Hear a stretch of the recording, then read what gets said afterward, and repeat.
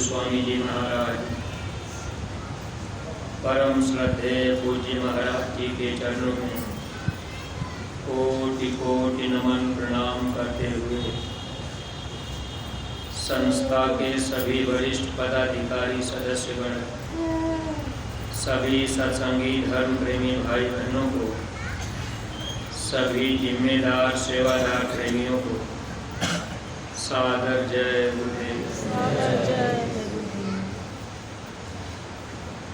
परमार्थी प्रेमी भाई बहनों, जब जब इस धराधाम पर महापुरुष आते हैं, हम सब जीवों को सच्चा सुख देना चाहते हैं, लेकिन हम सब अज्ञानी जीव अज्ञानता और भूल भरम में समय पर महापुरुषों को पहचान नहीं पाते। सदा संसार में सत्पुरुष नर तन धर के आए हैं, मगर संसार वाले क्या कभी पहचान पाए हैं। हितोपदेश को न समझे मूर्ख, रार की इनसे भयंकर फल मिला उनको, आयस दुनिया में पाए हैं।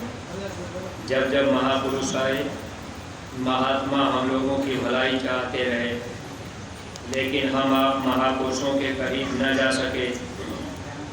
देखिए अपने गुरु महाराज इस धरती पर 10 जुलाई सन 52 से लगातार स्वामी जी महाराज बड़े बड़े काफिले निकाल कर लोगों को सच्चा संदेश देने के लिए, धर्म के रास्ते पर लाने के लिए गुरु महाराज ने अथक परिश्रम किया है। स्वामी जी महाराज पैदल चल करके, साइकिल से चल करके, आज हम आप सत्संगी प्रेमी भाई बहन जरा सा भी इस पर विचार नहीं कर पाते हैं।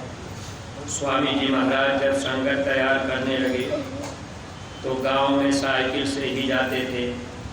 साइकिल पर लाउड स्पीकर बांध करके उसी गांव में साइकिल से आवाज़ लगा करके 2-4 आदमी इकट्ठा हो जाते थे तो स्वामी जी महाराज सत्संग सुनाने लगते थे।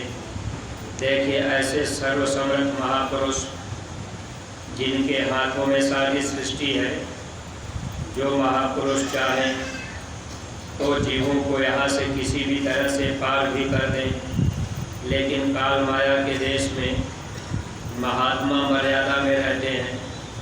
काल के किसी नियम को महात्मा बिगाड़ते नहीं। सत्संगी प्रेमी भाई बहनों, गुरु महाराज थोड़े लोगों के बीच में अथक परिश्रम किए, लेकिन धीरे धीरे बूंद रूपी संगत को स्वामी जी महाराज ने समुद्र का रूप दे दिया। अब देखिए गुरु महाराज के ये वचन है कि आगे चल कर के समुद्र रूपी संगत अब ये महासमुद्र का रूप लेगी। पूज्य महाराज जी अपने श्री मुख से ये बात फरमाए थे कि अब ये समुद्र रूपी संगत महासमुद्र का रूप लेने जा रही है। यानी आगे समय ऐसा आ रहा है जब देश दुनिया में आग लगेगी, चारों तरफ हाहाकार मचेगा, लोगों को कहीं शांति सुकून नहीं मिलेगी। तब लोग महापुरुष के भाग उनके पास भाग करके आएंगे। वही महात्मा के करीब ही उनको सुख और शांति सुकून मिल पाएगा। अगर हम आप ऐसे महापुरुष के करीब आ गए, गुरु महाराज ने हम लोगों के बाँह को पकड़ लिया है, तो ये हम लोगों का सौभाग्य का विषय है। अगर हम आप चूक गए तो हम लोगों को भी पश्चाताप करना पड़ेगा। दुनिया के लोग जो बात को नहीं समझ पाए, गुरु महाराज की बातों को नहीं मान पाए, अगर वे लोग चूक जाए तो कोई बात नहीं, लेकिन हम आप सच्चे रास्ते पर आ गए, सच्चे सर्वसमर्थ महापुरुष मिल गए। अगर हम आप इनसे प्रेम कर लिए, बातों को मान लिए, तो हम लोगों का ये मानव जीवन पाना बिल्कुल सार्थक बन जाएगा। क्योंकि संसार में अगर सच्चे सद्गुरु मिल गए तो संत भगवान से बड़े होते हैं, और महात्मा अगर चाह जाएं तो हम जीवों को यहाँ से पार कर दें। स्वामी जी महाराज कहा करते थे, अगर महात्मा खुश हो जाए तो काल के दरबार से कर्म का पन्ना फाड़ देते हैं, जीव को पार कर देते हैं, काल को पता भी नहीं चलता। अब इतने समर्थ महापुरुष जब हम लोगों को जीवन में मिल गए, अब कोशिश हम लोगों को ये करनी है कि हम महापुरुष को किसी भी तरह से खुश कर लें। अगर हम लोग उनको खुश कर लिए तब तो हम लोग सच्चा सुख प्राप्त कर लेंगे। अगर महात्मा को हम आप खुश नहीं कर पाए तो जीवन तो ऐसे धीरे धीरे बीतता जाएगा। ठीक है, नाम दान मिल चुका है। स्वामी जी महाराज ने ये कहा कि नाम दान पाने के बाद जीव नर्क में नहीं जाते, 84 में जीव को नहीं जाना पड़ता। लेकिन नाम दान पाने के बाद अगर 2 कर्मों से हम आप अपने को बचाए रखेंगे तब तो नर्क और 84 से बच सकते हैं। अगर नाम दान भी मिल गया, 2 कर्म से हम आप नहीं बच पाए तो फिर हमको आपको नर्क और 84 की तरफ जाना पड़ेगा। पहला कर्म, हम आप जब नाम दान मिल जाए, रास्ता मिल जाए, तो मांस मछली अंडा और शराब इससे बराबर हमको आपको दूरी रखना होगा। भूल करके हम आप मांस मछली अंडा शराब का सेवन न करें। संगी दोस्त यार मित्र के कहने पर भी हम आप इन बुराइयों से बिल्कुल दूर रहें। अगर ये गलती हमसे आपसे हो गई तो ये कर्म की माफ़ी जल्दी हो नहीं पाती। स्वामी जी महाराज कभी कभी सत्संग में सुनाया करते थे। कबीर साहब के समय का वाक़या है।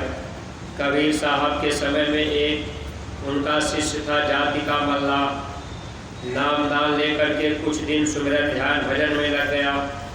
कुछ दिन तक सत्संग में आता जाता रहा, क्योंकि जब लोग महात्मा के पास शुरू में आते हैं उस समय भक्ति का भाव बड़ा तेज रहता है। उस समय मन कहता है कि अब हम भक्ति भजन करके जल्दी से पार हो जाएंगे। लेकिन प्रेमी भाई बहनों, जैसे ही हम आप महात्मा से दूर हटते हैं, यानी अपने घर परिवार संसार के काम काज में लग जाते हैं, तो कर्मों का पर्दा ऊपर पड़ने लगता है। कर्म का पर्दा पड़ने से मन मोटा हो जाता है। धीरे धीरे सुमिरन ध्यान भजन भी छूटने लगता है। फिर धीरे धीरे सत्संग से भी दूरी बन जाती है। ये क्रिया हर जीवों के साथ में हुआ करती है। इसीलिए जब बार बार आना जाना होता रहता है तो महापुरुष के सत्संग के वचन जब हम आप दोहराते रहेंगे, याद करते रहेंगे, तो उससे हमारा आपका बचाव होता है। जैसे कोई भी आदमी, अगर आप पेड़ लगाते हैं तो देखिए वो पेड़ जब लगाया जाता है, लगा करके आपने पानी दिया, पेड़ लगाते समय बिल्कुल हरा भरा रहता है।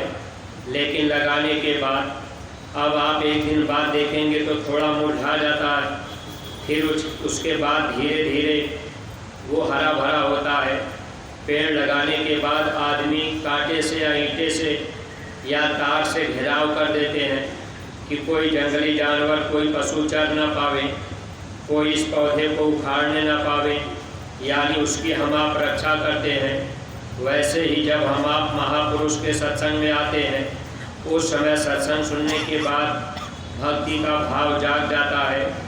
लेकिन जब ही हम आप संसार घर परिवार में जाते हैं, दुनिया के काम काज में हम आप लग जाते हैं, दुनिया के लोगों से मिलना जुलना जब होने लगता है तो कर्मों का आवरण ऊपर आने लगता है। जैसे कोई मांसाहारी आदमी है, अगर आप उससे पास में रह करके आप उसकी नज़रों से नज़र मिला करके बात कर रहे तो आपके ऊपर उसके कर्म आएंगे। अगर कोई आदमी मांस खाता, शराब पीता है, अंडे का सेवन करता है, अब आप उससे मिलेंगे जुलेंगे, आप उनसे बातचीत करेंगे, नज़रों से नज़र आपकी मिलेगी, आप हाथ से हाथ मिलाएंगे, स्पर्श करेंगे, तो उसके कर्म आपके ऊपर आएंगे। क्योंकि आप जब साफ शुद्ध होंगे, निर्मल होंगे, तो आपके तरफ जैसे सफ़ेद कपड़ा होगा तो गंदगी जल्दी चढ़ जाती है, मालूम होने लगती है। वैसे जब जीव महापुरुष के आप पास आते हैं, महात्मा दया कृपा करके जीव को निर्मल और साफ करते हैं। लेकिन बाद में क्या होता है, जब घर परिवार संसार में हम आप जाते हैं, लोगों के बीच उठना बैठना, बोलना चालना, अब हम आप उनके साथ में खाना पीना सब कुछ करने लगते हैं। हम आप जल्दी परहेज नहीं कर पाते। जबकि महात्माओं ने लिखा था, मांस आहारी मानवा प्रत्यक्ष राक्षस अंग, इनकी संगत मत करो, परंतु भजन में भंग, मांस खाने वाले व्यक्ति का साथ कर लेने पर भजन में बाधा पड़ती है। यानी भजन में अगर आपका मन लग भी रहा, आप थोड़ा कोशिश करके बैठ रहे, तो फिर आपका ये मन बैठने भी नहीं देगा। जब आप आँख और कान बंद करेंगे, मन चारों तरफ दौड़ेगा, अब बुरे बुरे ख्याल उत्पन्न होंगे, उस समय मन आपका जल्दी लगेगा नहीं। इसलिए प्रेमी भाई बहनों, महापुरुष जब मिल जाएं तो हम लोगों को ये ध्यान रखना चाहिए, इस संसार में अपना कोई साथी बनता नहीं, सद्गुरु ही अपने साथी बनते हैं। अगर हम सब लोग दुनिया के काम काज को करने के बाद अपना फालतू समय संसार में न लगावें, बल्कि हम आप अपने घर परिवार में बैठा करें और गुरु महाराज की वचन बाड़ियाँ, कोई पुस्तक गुरु महाराज की हम आप ले लें, या तो दूरदर्शी आवाज़ नामक पत्रिका हम आप सदस्य बन जाए, पत्रिका अपने घर मंगाते रहें और समय फालतू है तो हम आप बैठ गए, उसी पत्रिका को हम आप पढ़ने लगे गुरु महाराज की बात। अब कहीं हम आप चौराहे पर गोमती पर जा कर के बैठ गए, वहाँ हर तरह के लोग आएंगे, उनसे मिलना जुलना होगा, बातचीत आप करेंगे, हंसी मजाक करेंगे, नज़र से नज़र मिलेगी, हाथ से हाथ मिला लेंगे या उनसे स्पर्श आपका हो गया। कभी कभी लोग दोस्ती में गले से भी गले मिल लेते हैं, तो इसमें कर्मों का आदान प्रदान होता है। इसलिए प्रेमी भाई बहनों, अपने को बचाना चाहिए। जब महापुरुष मिल जाएं तो ज़रूरत भर हम आप संसार में काम करें, ज़रूरत पड़ी तो हम आप संसार में निकले, और नहीं ज़रूरत है तो फिर अपने घर परिवार में हम आप सुमिरन ध्यान भजन गुरु महाराज के वचन को पढ़ें। अगर ऐसा हम आप करते रहेंगे तो कर्मों का आवरण कम आएगा, धीरे धीरे हम जीवों का काम बनता जाएगा। अब वो कबीर साहब के समय का जो जीव था, जाति का मल्लाह नाम दान लिया, कुछ दिन सेवा भजन किया, बाद में धीरे धीरे सत्संग में आना जाना कम होने लगा। नातेदार रिश्तेदार सगे संबंधी कहने लगे कि अरे बार बार सत्संग में जाने की क्या ज़रूरत है, जब तुमको नाम दान मिल गया तो अब बार बार जाने की क्या ज़रूरत।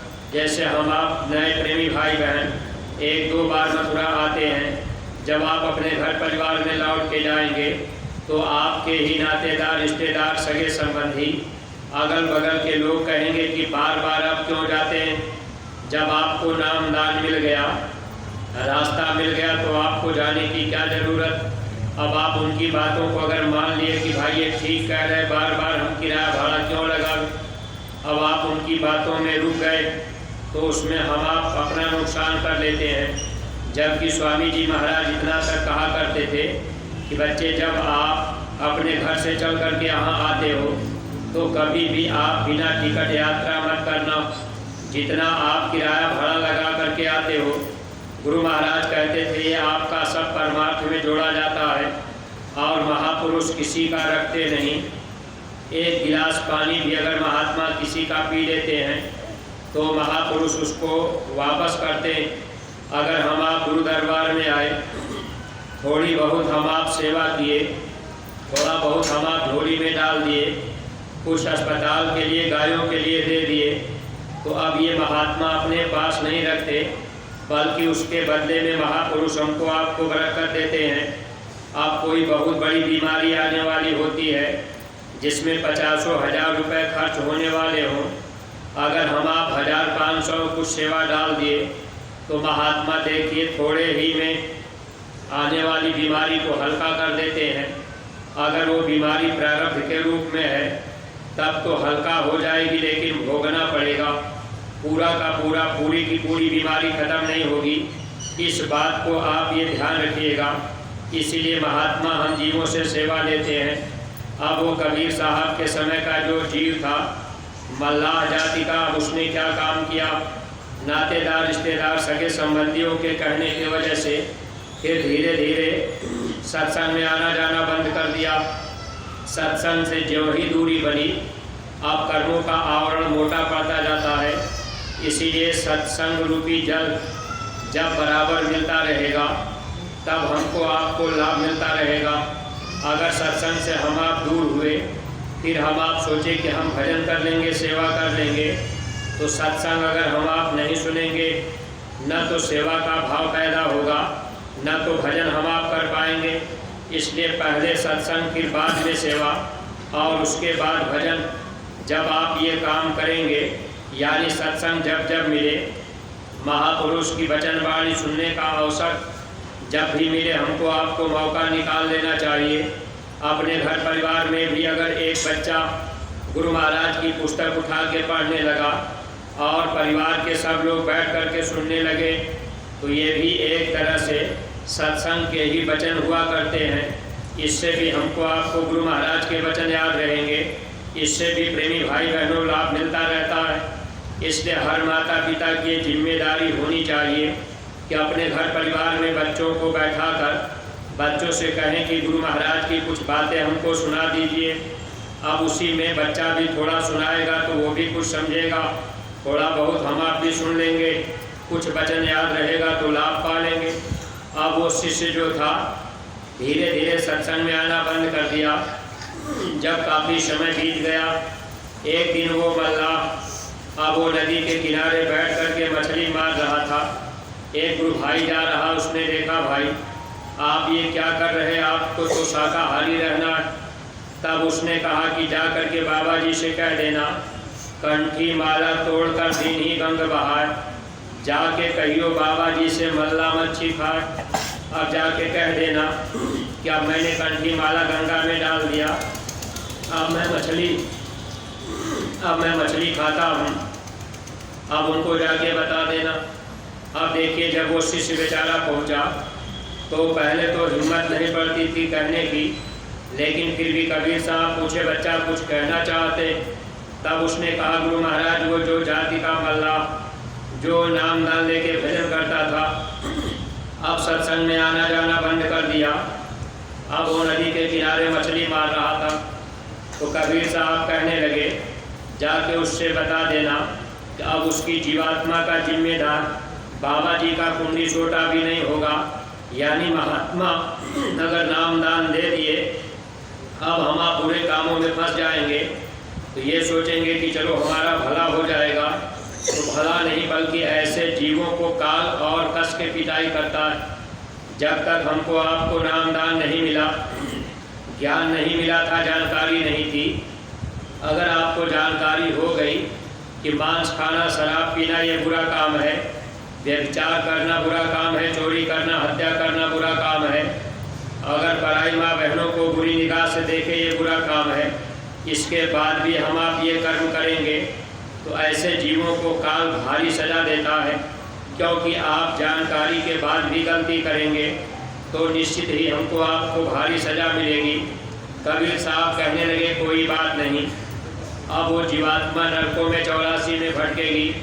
स्वामी जी महाराज कहानी सुनाते हुए बताए थे कि कबीर साहब के गए लगभग 700 वर्ष बीत गए, अभी भी वो मल्लाह की जीवात्मा नर्क में पीटी जा रही है, अभी पूरा 84 बाकी है।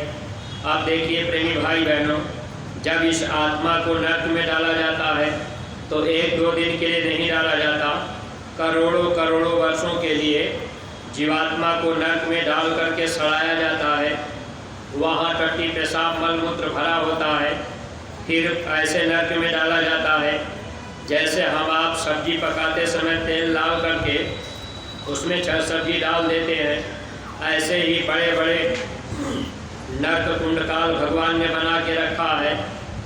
अब उसी में खौलता हुआ जैसे तेल पड़ा रहेगा, उसी में जीवात्मा को डाल दिया जाता है। जीवात्माएं छटपटाती चिल्लाती रहती हैं, वहाँ कोई मदद नहीं कर पाता है। अब इस जीवात्मा को ले जा करके फिर वहाँ सड़ाया जाता, जलाया जाता। अगर हम आप मानव जीवन में बुरा काम किए, हम आप झूठ बोलते रहे, ऐसी जीवात्माओं की जिह्वा बराबर काटी जाती है। अगर हम आप रोज़ जीव हिंसा का काम कर रहे, ऐसे जीवों को नरकों में जमदूत ले जा करके जैसे चारा काटने की मशीन चलती है, ऐसे जीवात्माओं को वहाँ काटा जाता है। ये शरीर नहीं रहेगा, ये स्थूल शरीर आपका यही छूट जाएगा। जब इस शरीर से आत्मा निकल जाती है, आत्मा लिंग शरीर में रहती है, वहाँ जब आपको दुख मिलेगा, काटा जाएगा, आपको पीड़ा महसूस होगी। जैसे इस शरीर में आत्मा है, अब हम आप आत्मा को देख नहीं रहे, लेकिन इस शरीर को अगर काटा जाए, अंगुली काटी जाए तो पीड़ा महसूस होगी। अब इस शरीर से आत्मा निकल गई। अगर आप हाथ को बोटी बोटी काटेंगे तो ये शरीर में कोई दर्द आपको नहीं होगा, दर्द शरीर को नहीं होता, बल्कि दर्द आत्मा को होता है। जब तक आत्मा शरीर में है, शरीर को काटा जाएगा तो दर्द होगा। अगर आत्मा निकल गई, चाहे कितना आप काटा चुभा दीजिए, भाला इसमें बर्छा डाल दीजिए, चाहे आप काट दीजिए, शरीर को दर्द नहीं होगा। जब यही आत्मा लिंग शरीर में हो जाती है तो वहाँ जीवात्माओं को ले जा कर के काटा जाता है, फिर उनको जोड़ा जाता है, फिर काटा जाएगा, फिर जोड़ा जाएगा, ऐसे 50,000 साल तक। अब ऐसे पापी जीवों को वहाँ नरकों में ले जा करके जमदूत सजा देते रहते हैं। कौन हमारी आपकी मदद करेगा?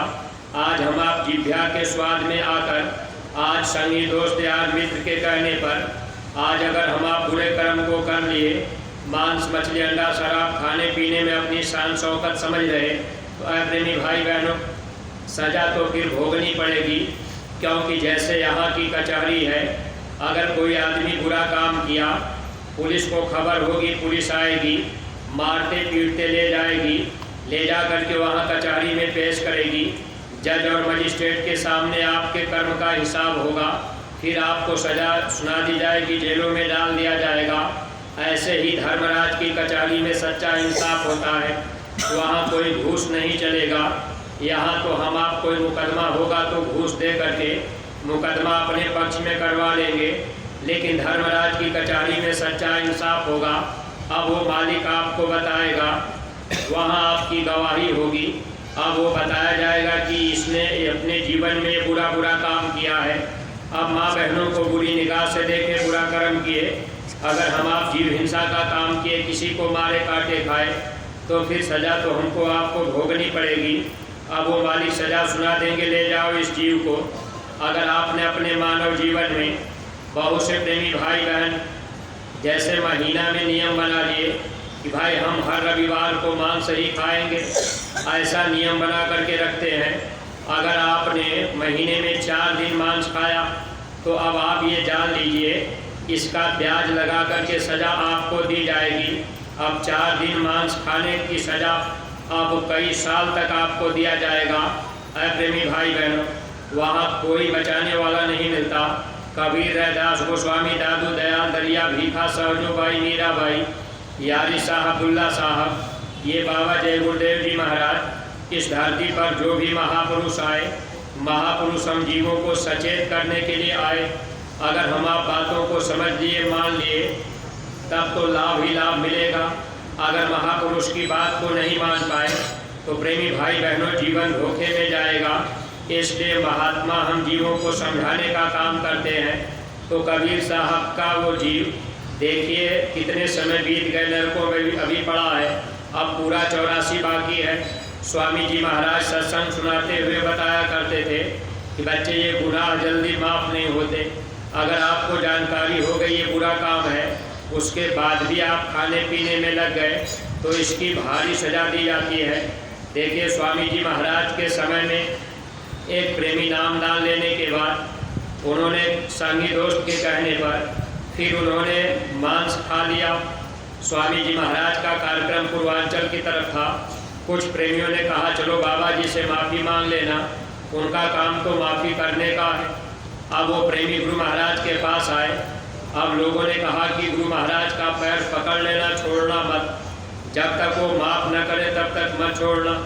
वो प्रेमी स्वामी जी के पैर को दोनों हाथ से पकड़ लिए और कहने लगे, हुजूर हमसे ये भूल हो गई, आप हमको माफ़ कर दीजिए। गुरु महाराज कहते अच्छा पैर छोड़ो, पैर छोड़ो, लेकिन वो छोड़ा नहीं। अब वो कहता था मालिक माफ़ कर दीजिए तभी पैर छोड़ेंगे। स्वामी जी महाराज अंत में कहे कि जाओ माफ़ किया, लेकिन ऐसी गलतियां माफ़ नहीं होती। इसलिए सत्संगी प्रेमी भाई बहनों, रास्ता मिल गया, नामदान मिल गया, तो मांस मछली अंडा शराब से अपने को बचाइएगा। ये कर्म जल्दी माफ़ नहीं होते हैं। और दूसरी बात, पराई माँ बहनों पर अगर हम आप को दृष्टि डाल दिए, बुरा ख्याल उठाए या कोई बुरा कर्म कर दिए, तो ऐसी जीवात्माओं को फिर नरकों में ले जा करके वहाँ लोहे के मोटे मोटे खंभे वो आग से धधकते रहते हैं, उसी खंभे में जीव को चिपका करके जलाया जाता है। अब जैसे प्रेमी भाई बहनों यहाँ हम आप बुरे कर्मों में लिप्त होते हैं, वैसे जलते हुए खंभे में जीव को चिपका दिया जाता, हम आप कहीं भाग नहीं पाएंगे। इतनी कड़ी यातना वहाँ दी जाती है, जीव हाय हाय करके चिल्लाते हैं। स्वामी जी महाराज बताते थे बिना पीकर लगाए कई किलोमीटर आवाज़ जाती है, लेकिन वहाँ कोई मदद करने वाला नहीं मिलता। जो भी महात्मा दृष्टि वाले आए, जिन महात्माओं ने अपनी दिव्य आँख से देखा कि जीवात्माओं को नरक में इस तरह से सजा दी जा रही है, वही महात्मा आकर के हम जीवों को समझाने का प्रयास किए। इसीलिए देखिए अपने गुरु महाराज ने इस मंदिर में साफ साफ दान पेटी पर गुरु महाराज ने ये बात लिखवा दी, कृपया मांस मछली अंडा शराब खाने पीने वाले लोग इसमें पैसा न डालें, अति कृपा होगी। ऐसा लिखा हुआ आप हर मंदिर में नहीं पाएंगे। आज के समय में बहुत से लोग अपने को साधु महात्मा साबित करने लगे, लेकिन उनका तो उद्देश्य ये था कि भाई चाहे मांसाहारी आवे शराबी आवे, हमको चढ़ावा चढ़ावे, हमारा धंधा चले। इसीलिए महापुरुषों ने ये बात लिख दिया था, गली गली गुरुवर फिरे, कंठी माला दे, प्रीतम से परिचय नहीं, सिर्फ द्रव्य कमाने हैं, यानी मालिक का सच्चा भेद भी नहीं मिलेगा। अब वो तो पैसे के लिए आपको चेला बना लिए, अब वो आपसे कह देंगे कि आपका जो भी मन कहे आप खा पी सकते हैं। बहुत से लोग ये कहते हैं कि भाई हम मथुरा क्यों जाए, बाबा जी को गुरु क्यों बनावे, वहाँ तो शाकाहारी रहना पड़ेगा। हम ऐसा गुरु बनाएंगे कि मांस मछली अंडा शराब भी खाते रहेंगे और हम भजन भी करते रहेंगे। अब आप प्रेमी भाई बहन विचार नहीं कर पाए, जिस गाड़ी में ब्रेक नहीं होगा कहीं न कहीं एक्सीडेंट करेगी। इसीलिए संत मत का जो रास्ता होता है, इसमें बुराइयों से बचने का ब्रेक महात्मा लगाते हैं। अब सच्चे महात्मा तो आपको सच्ची बात बता देंगे, आप माने ना माने, क्योंकि सच्चे महापुरुष जो होते हैं उनको कोई रुपए पैसे से लोभ और मोह नहीं होता। अपने गुरु महाराज देखिए लोहा से सोना बनाना जानते थे। सत्संगी प्रेमी भाई बहनों, इस बात पर हम आप कभी विचार नहीं कर पाते। कभी कभी हम लोगों का मन ये कह देता है कि भाई यहाँ मथुरा में तो बराबर सेवा के लिए झोली ही फैलाई जाती है, चारों तरफ सेवा ही सेवा की बात की जाती है। लेकिन आप इस पर विचार अच्छी तरह से कीजिएगा कि महापुरुष हम लोगों से बार बार सेवा क्यों लेते। जब गुरु महाराज लोहा से सोना बनाना जानते थे, लोहा खरीद के ही सोना बना लेते, क्या ज़रूरत थी संगत तैयार करने की, क्या ज़रूरत थी संगत में जिले जिले में रजिस्टर भेजने की। ये तो हमारी आपकी भलाई के लिए कि अगर हम आप अपने घर परिवार में भी रहेंगे, कोई आदेश मथुरा से मिल जाएगा तो हम लोग अपने ज़िले के ब्लॉक के न्याय पंचायत के रजिस्टर में अपनी सेवा लिखा देंगे। जैसा नियम यहाँ से बना के भेजा जाए, जैसा पूज्य महाराज जी का आदेश मिले, वैसा ही आप करते जाए। और देखिए प्रेमी भाई बहनों, जब आप लोग अपने अपने न्याय पंचायत में रजिस्टर में सेवा देते हैं तो अपना हस्ताक्षर जरूर बनाया करिए, क्योंकि आज एक बात सुनने को मिल रही थी, किसी प्रेमी ने 5,000 रुपये की सेवा दी, अब लिखने वाला 500 ही लिख दिया। अब आप अगर हस्ताक्षर सामने बनाएंगे तो आप देखेंगे कि भाई हमारा तो 500 लिखा है। इसलिए जब भी सेवा आप अपने जिले के न्याय पंचायत के रजिस्टर में दीजिए तो अपना हस्ताक्षर बनाया करिए, क्योंकि ये मन है कब किसको धोखा दे जाए। ये मन कभी साधु बन जाता है, ये मन कभी चोर बेईमान बन जाता है। अब ये मन कभी घर परिवार छोड़ने के लिए जंगल में जाने के लिए कहता है, तो ये मन की गति है बराबर बदलती रहती है। इसलिए महापुरुष जो भी वचन हम जीवों के लिए फरमाते हैं उसमें हमारा आपका बचाव और भला होता है। इसलिए प्रेमी भाई बहनों, जब भी आप अपने न्याय पंचायत के रजिस्टर में सेवा दिया करें तो हस्ताक्षर बना दिया करिए। न्याय पंचायत वाले प्रेमी ब्लॉक में दे देंगे, ब्लॉक से जिले में आएगी, जिले से पूज्य महाराज जी के पास आएगी और जिले के लोग ब्लॉक वाइज लिख देंगे, ताकि जानकारी रहेगी किस ब्लॉक से कितनी सेवा आई। इस सेवा का महात्मा हमको आपको परमार्थी लाभ देते हैं। इसलिए प्रेमी भाई बहनों, दूसरी चीज इस बात को ध्यान में रखिएगा, बुराई से बराबर बचिएगा। महापुरुषों ने कहा, पर नारी के रास्ते सीधे नर के जाए, ताको जम छाड़े नहीं, खेती करो उपाय। पराई माँ बहनों के साथ अगर कोई बुरा कर्म कर दिया, ऐसे जीव को नरक में डालकर बहुत कड़ी यातना दी जाती। अब हम आप इस पर कभी विचार तो कर नहीं पाते। महात्मा केवल इशारे में हम जीवों को समझाया करते हैं। इसलिए प्रेमी भाई बहनों, अपने को दो चीज़ों से हमेशा बचाइएगा, यानी अपना खान पान ठीक रहे और हर माँ बहन को हम आप अपनी माँ बहन समझे। इस तरह का व्यवहार जगत में करते रहे और सुमिरन ध्यान और भजन करते रहे, तब तो जीवन में लाभ। अब गोस्वामी जी महाराज ने इतना तक लिखा है, अगर कोई स्त्री भी पर पुरुष को सपने में भी चाहती है तो ऐसी स्त्रियों को कई बार कुतिया का जन्म लेना पड़ता है। ये बड़ी घोर यातना और ये कड़ी सजा जीव को दी जाती है। महात्मा हम जीवों को हमेशा बचाने का प्रयास किए। इसलिए सत्संगी प्रेमी भाई बहनों, देखिए सौभाग्य हम लोगों का है कि हम लोगों को गुरु महाराज मिल गए, रास्ता मिल गया। अब अपने को इन दो बुराइयों से बचाकर सुमिरन ध्यान भजन में बराबर अपने को लगाए रखें और थोड़ी बहुत जो भी अपनी श्रद्धा भाव शक्ति जितनी अपनी क्षमता हो उतनी आप सेवा करते जाइएगा। कोई आदेश मथुरा से जाए तो आप उस आदेश का पालन जरूर कीजिएगा। अगर आपकी क्षमता 100 रुपये देने की हो, आपकी क्षमता 10 रुपये देने की हो, आपकी क्षमता 1000 रुपये देने की हो, तो आप अपनी क्षमता के अनुसार हर प्रकार की सेवा में योगदान करते रहेंगे तो आपके कर्मों को महात्मा साफ करते रहेंगे। इससे सद्गुरु प्रसन्न हो जाते हैं, देखते हैं कि ये जीव मेरी बात को मानता है। हर बात को मानने वाले प्रेमियों के ऊपर सद्गुरु की खास दया होने लगती है और ऐसे जीवों का काम जल्दी बन जाता। इसलिए प्रेमी भाई बहनों, अपने अपने को देखना है और गुरु को देखना है, बताए हुए मार्ग पे चलना है। हमेशा हमारा आपका प्रेम भाव गुरु दरबार के प्रति बना रहे। गुरु दरबार की कोई निंदा आलोचना करे तो आप ऐसे व्यक्तियों से दूरी रखिएगा।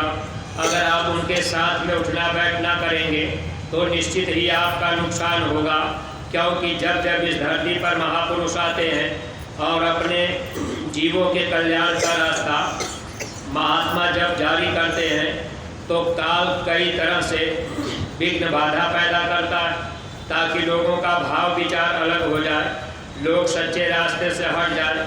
अब आपको तरह तरह की बातें समझाकर लोग हटाने का प्रयास करेंगे, लेकिन बीमारी परेशानी तकलीफें भी अगर हैं तो आप आते जाते रहेंगे, दया दुआ मिलती रहेगी, आपको लाभ दोनों तरह का मिलेगा। लोग भी बन जाएगा पर लोग भी बन जाएगा, ये मानव तन पाना सार्थक बन जाएगा। इन्हीं शब्दों के साथ में हम अपनी वाणी को यहीं पर विराम दे रहे। अगर कोई भी बात अटपटी लग गई हो तो आप लोग अपना छोटा भाई समझकर क्षमा कीजिएगा। सब लोग प्रेम के साथ मालिक के पावन नाम का उच्चारण करेंगे। जय गुरुदेव, जय गुरुदेव। नाम किसका? प्रभु का पावन नाम। बाबा जय गुरुदेव जी महाराज का कहना है, बाबा जय गुरुदेव जी महाराज की अर्जी है, पूज्य महाराज जी की प्रार्थना है। हाथ जोड़कर विनय